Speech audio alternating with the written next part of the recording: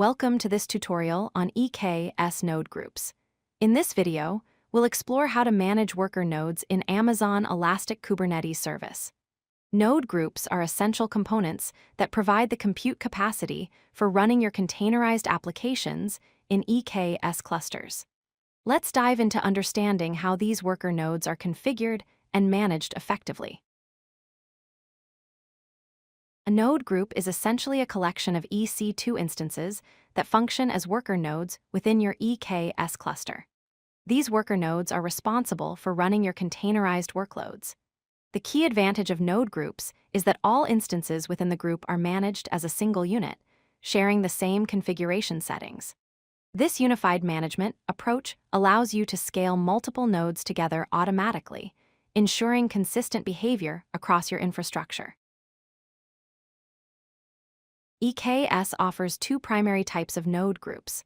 First, we have managed node groups, where AWS handles the heavy lifting by automating provisioning, updates, and the entire lifecycle management of your nodes.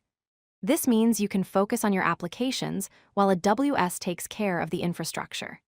Second, there are self-managed nodes, which give you complete control over node configuration and management. This option is ideal when you need specific customizations that aren't available with managed node groups. Managed node groups come with several powerful benefits. They provide automated provisioning and termination of nodes, eliminating manual infrastructure tasks. You get one-click updates and patching, making security maintenance effortless. Built-in auto-scaling capabilities ensure your cluster adjusts to workload demands automatically. Additionally, managed node groups support cost optimization through spot instances, allowing you to run workloads at significantly reduced costs when appropriate. When configuring node groups, several key parameters need attention. Instance type determines the EC2 instance family and size, which directly impacts your compute resources. A MI type specifies the operating system, with options like Amazon Linux 2, BottleRocket, or Windows-optimized images. Disk size sets the root volume size for container storage. Scaling configuration defines minimum, maximum, and desired node counts. Subnets determine the VPC subnets where your nodes are deployed. Finally, SSH key is an optional parameter that enables remote access for troubleshooting purposes. EKS provides two main approaches for scaling your node groups.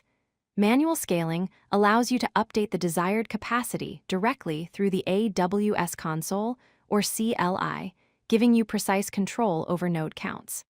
For dynamic workloads, the cluster autoscaler automatically adjusts the number of nodes based on pod resource demands.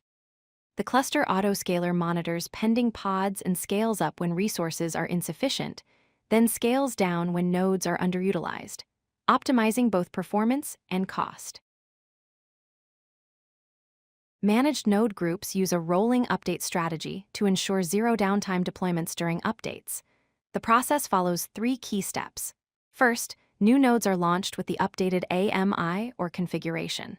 Second, workloads are drained from the old nodes, ensuring all running pods are gracefully moved to new nodes. Finally, the old nodes are terminated gracefully once they're empty. This approach maintains application availability throughout the entire update process. To maximize the effectiveness of your EKS node groups, follow these best practices.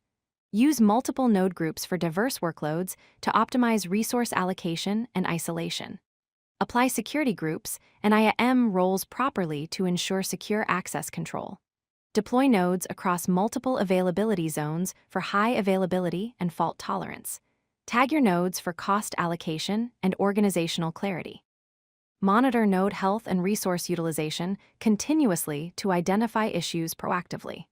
Finally, keep AMIS updated with the latest security patches to maintain a secure infrastructure.